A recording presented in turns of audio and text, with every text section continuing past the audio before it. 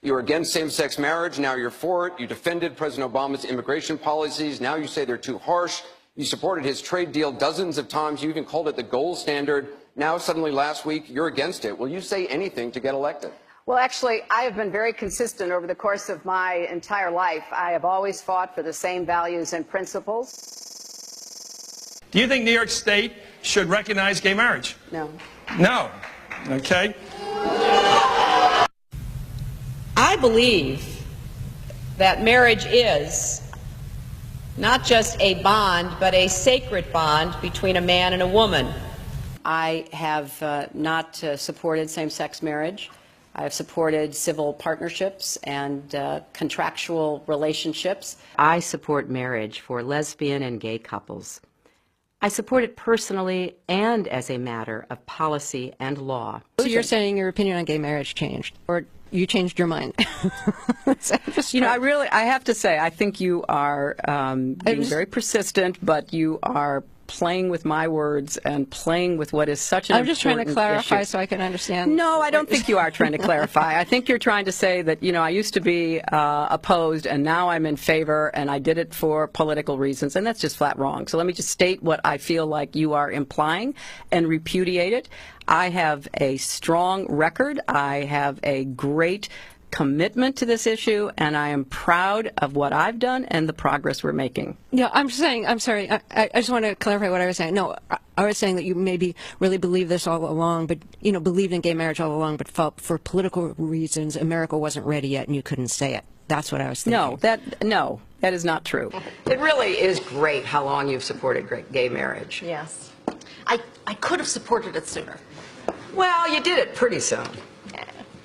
Could have been sooner. Fair point. Just in July in New Hampshire, you told the crowd you, quote, take a backseat to no one when it comes to progressive values. I take a backseat to no one when you look at my record and standing up and fighting for progressive values. Last month in Ohio, you said you plead guilty to, quote, being kind of moderate and center. Do you change your political identity based on who you're talking to? No, I think that, like most people that I know, I have a range of views, but they are rooted in my values and my experience. You know, I get accused of being kind of moderate and center. I plead guilty. Just for the record, are you a progressive or are you a moderate? I'm a progressive. Going through the emails, there were over 60,000 in total sent and received. About half were work-related and went to the State Department, and about half were personal, that were not in any way related to my work. When you speak to the public, you say, I turned over everything. That's, for the most part, a direct quote. When you talk to the public, you say, I turned over everything. 90 to 95% of my work-related emails were in the state system. If they wanted to see them, they would certainly have been able to do so. You know what? That is maybe the 10th time you have cited that figure today. It is. And I have not heard anyone other than you ever cite that figure. Who told you that 90 to 95% of your emails were in the State Department system? Who told you that? We learned that from the State Department in their analysis of the emails that were already on the system. The Inspector General report found that less than 1% of State Department emails, record emails, were captured. So they give a number of less than 1%, and you give a number of 90%. I have absolute confidence that everything that could be in any way connected to work is now in the possession of the State Department. This pile represents the emails that you sent or received about Libya in 2011, from February through December of 2011. This pile represents the emails you sent or received from early 2012 until the day of the attack. There are 795 emails in this pile. We've counted them.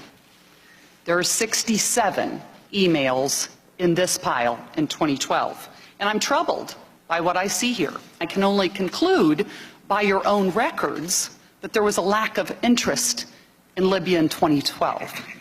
The server contains personal communications from my husband and me. Only time I got on the internet, I did 2 emails, and I ordered Christmas presents from a reservation. Otherwise, I found people said embarrassing things on emails. I didn't want to be one of them.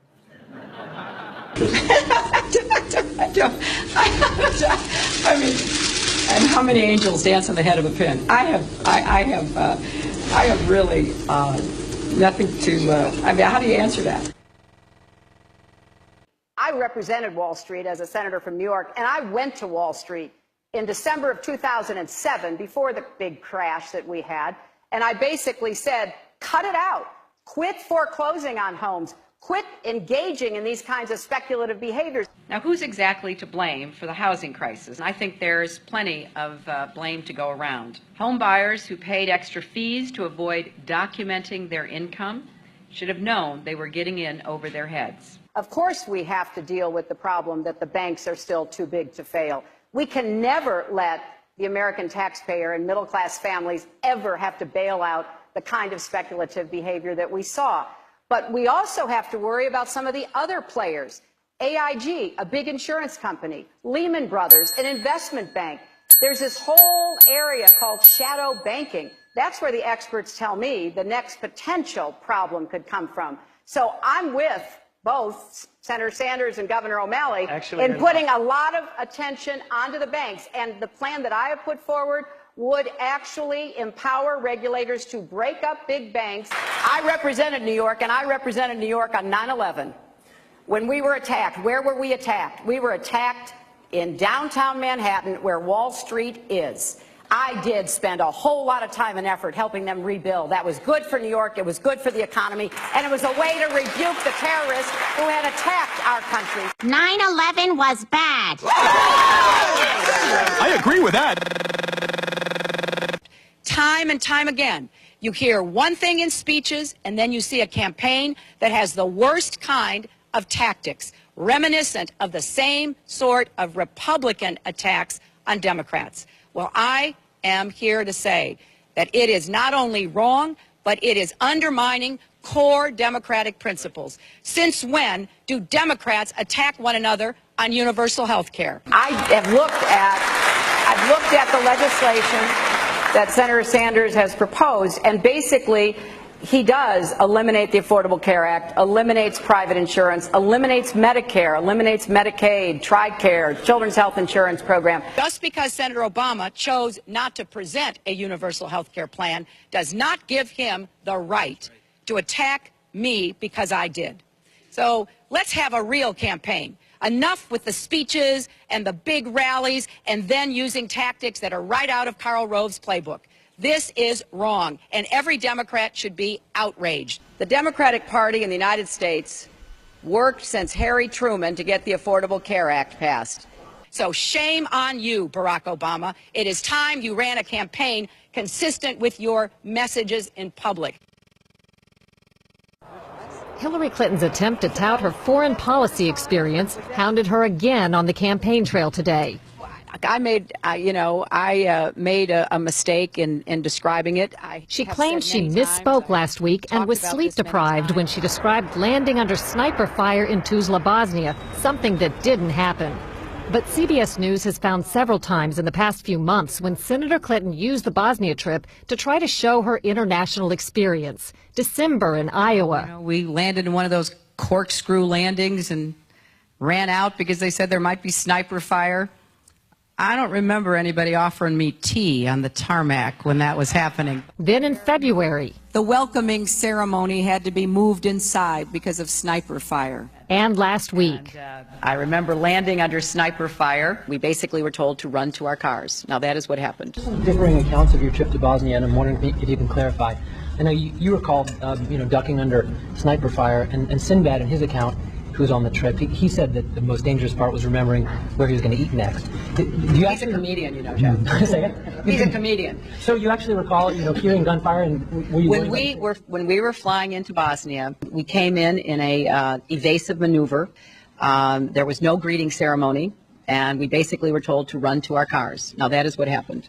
After CBS News video showed what really happened when she landed and greeted officials, Senator Clinton maintained there were risks, but explained to the Philadelphia Daily News why she was seen on the Bosnian tarmac greeting a young child if it was really so dangerous.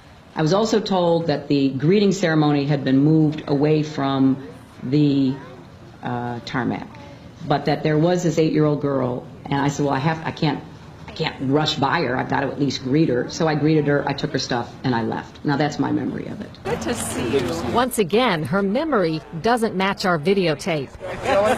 She and her daughter Chelsea lingered on the tarmac to greet U.S. military officials. Took photos.